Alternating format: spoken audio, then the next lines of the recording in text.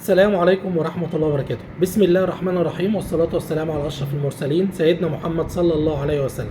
في البداية حابب أشكر حضراتكم على حسن المتابعة، وأشكر الناس اللي اشتركت عندي في القناة، وأتمنى الناس اللي ما اشتركتش تشترك عندي في القناة إن شاء الله بإذن الله.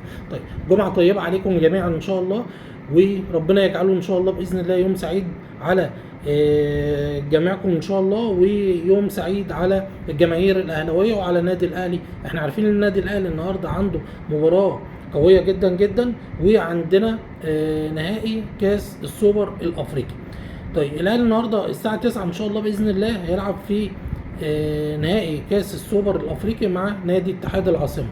نادي اتحاد العاصمه هو نادي ما تقدرش توصفه اللي هو نادي قوي او نادي ضعيف، لان هو من انديه الوسط.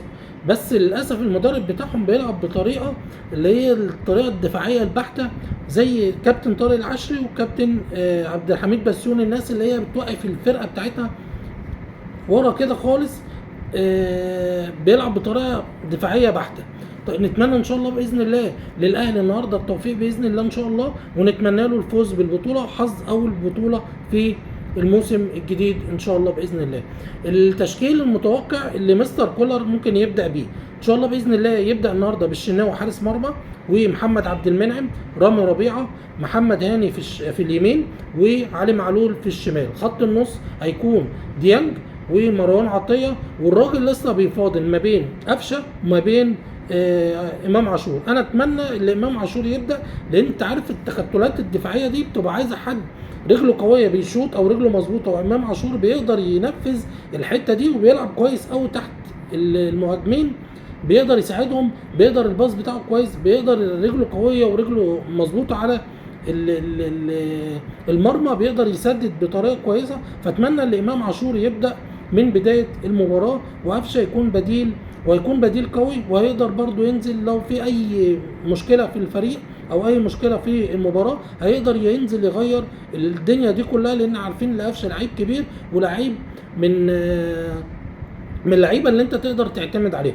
خط الهجوم بنسبه 100% هيكون حسين الشحات في الشمال، وبيرسي تاو في اليمين، وقدامهم كهربا. بالنسبه لبيرسي تاو انضم امبارح للبعثه في السعوديه، واتمرن معاهم امبارح، واتمرن تمرينه قويه جدا جدا جدا، وان شاء الله باذن الله هيبدا النهارده المباراه. حتى لو مستر كولر فكر وقال مش هيبدا بيه، مثلا هيبدا برضا سليم، واحنا عارفين رضا سليم لعيب كبير جدا ولاعيب يعتمد عليه، وان شاء الله باذن الله نتمنى له الخير، ونتمنى للعيبه ان شاء الله باذن الله التوفيق وعدم الاصابه، ونتمنى لهم اللي هم يحصدوا البطوله دي ان شاء الله باذن الله. الماتش احنا عارفين اللي هو في السعوديه النهارده هيكون الساعه 9 بتوقيت مصر، و نتمنى ان شاء الله باذن الله التوفيق للنادي الاهلي، ونتمنى له حظ البطوله ان شاء الله باذن الله، ونتمنى نشوف الفرقه في مستوى كويس فني، و اللعيبه تكون واقفه على رجليها ان شاء الله باذن الله. طيب، بالنسبه لموديس للاسف الاتحاد الافريقي كده كان القصه بتاعته اللي هو الراجل ما قالوا ما ينفعش يتضاف يعني للقائمه بتاعت النادي الاهلي وكده، عشان ده لعيب لسه جاي ما كانش في القائمه الاولى اللي بعتوها. فما فيش مشكله ان شاء الله باذن الله، نتمنى كنا نفسنا نشوف الراجل ده النهارده في الملعب، بس خير ان شاء الله باذن الله، ونشوفه في المباريات القادمه، ونشوفه في البطولات الجايه ان شاء الله باذن الله. اللعيب ده لعيب كويس جدا جدا، هيفيد النادي الاهلي، لانه راجل هيدرز كويس جدا، طوله كويس قوي قوي، بيلعب برجليه اليمين، راجل بيلعب في البوكس كويس، خطير جدا في البوكس، يعني هو راجل راس حربة بمعنى الكلمة. فنتمنى له ان شاء الله باذن الله الخير ان شاء الله، والراجل قدر بسرعه جدا ينسجم مع اللعيبه بتاعت النادي الاهلي، وامبارح حسوهم كده على الفوز، وكان بيدعم في اللعيبه وقال لهم اللي لازم نحصد البطوله دي. تحس اللعيبه يعني الناس كلها اللي شايفه موديس في النادي الاهلي بيقولوا، تحس اللي هو بقاله فتره كبيره جدا في النادي الاهلي، وتحس اللي هو عارف اللعيبه من زمان، واللعيبه عارفين من زمان، التعامل بتاعه كويس جدا مع اللعيبه، واللعيبه كمان حباه. فان شاء الله باذن الله نتمنى له الخير في المباريات اللي جايه ان شاء الله باذن الله. طيب، امبارح احنا عارفين ان القيد في مصر قفل امبارح، فالاهلي كان عايز يضم احمد بيكهام من نادي سيراميكا، والكابتن ايمن الرمادي المدير الفني بتاع نادي سيراميكا كان رفض الموضوع ده نهائيا، لان الاهلي كان متاخر جدا على بيكهام. ولو كان في فرصه، الراجل قال لو كان في فرصه او الاهلي اتكلم مثلا من 10 ايام ولا حاجه، كنا نقدر نضم لعيب تاني غيره، لان اللعيب كان نفسه برضه يرجع للنادي الاهلي، لان عارفين ان بيكهام من ناشئين النادي الاهلي وطلع بره ورجع تاني الاهلي، وطلع ورجع تاني الاهلي، وكان نفسه ينضم المره دي للنادي الاهلي وينهي مسيرته في النادي الاهلي.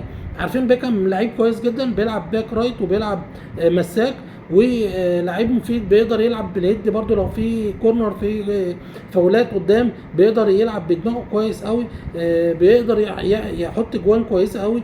فنتمنى له ان شاء الله باذن الله التوفيق، وان شاء الله باذن الله الاهلي ناوي يضمه في يناير اللي جاي ان شاء الله. نتمنى له الخير، ونتمنى له اللي هو يكون اضافه كبيره للنادي الاهلي. طيب بالنسبه لمحمد فخري، محمد فخري امبارح انضم لنادي فاركو 4 مواسم، والاهلي حاطط برضه بند كده في العقد بتاعه اللي هو يقدر يرجع في اي وقت. طيب رأفت خليل برضه رجع، طلع اعاره امبارح اللي زد 2 سنين، وبرضه في نفس الوقت في العقد بتاعه بند يحق للنادي الاهلي اللي هو يرجعه مع دفع مبلغ مالي. زياد طارق احنا عارفين الاهلي استغنى عنه، واللعيب ده كويس جدا جدا جدا يا جماعه، مجرد بس ما ينسجم مع اي فريق ويلعب ويكون مدرب كويس يقدر يحتويه، هنشوف لعيب كبير جدا ولعيب جامد قوي، والاهلي هيقدر يدور عليه تاني. الاهلي احنا عارفين اللي هو استغنى عنه وراح نادي انبي انتقال حر من الموسم الجديد. نتمنى لهم ان شاء الله باذن الله اللعيبه الصغيره دي التوفيق، لان اللعيبه دي مفيده جدا جدا لمنتخب مصر الاولمبي، ومفيده هيكون مستقبل مصر في المنتخب الكبير ان شاء الله باذن الله. طيب الزمالك و قصص بقى والحكايات بتاعت نادي الزمالك. هنبدا الاول بمباراه الهامه جدا بتاعت نادي الزمالك. احنا عارفين نادي الزمالك بكره عنده مباراه مع نادي ارتا سولار. ان شاء الله المباراه دي هتكون الساعه 4 وهتكون بدايه البطوله الكونفدراليه.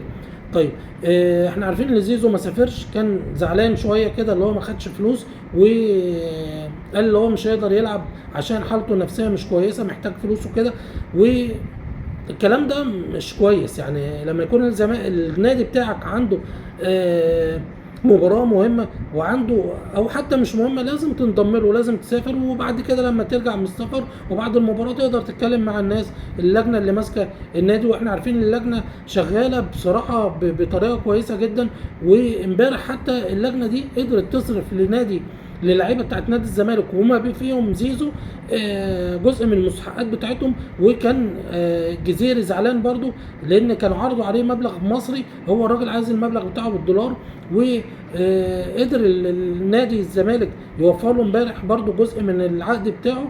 وان شاء الله باذن الله نتمنى للعيبه التوفيق، ونتمنى لهم ان شاء الله باذن الله اللي هم يساعدوا نادي الزمالك في الفتره اللي جايه دي، لان عارفين الفتره اللي جايه دي صعبه جدا جدا على نادي الزمالك وعلى جماهير نادي الزمالك، لان كمان الزمالك كان عنده المشكله بتاعت وقف القيد، الزمالك ما ضمش لعيبه، هو يمكن النادي الوحيد اللي في مصر ما ضمش لعيبه السنه دي. فنتمنى له ان شاء الله باذن الله التوفيق والخير في اللي جاي.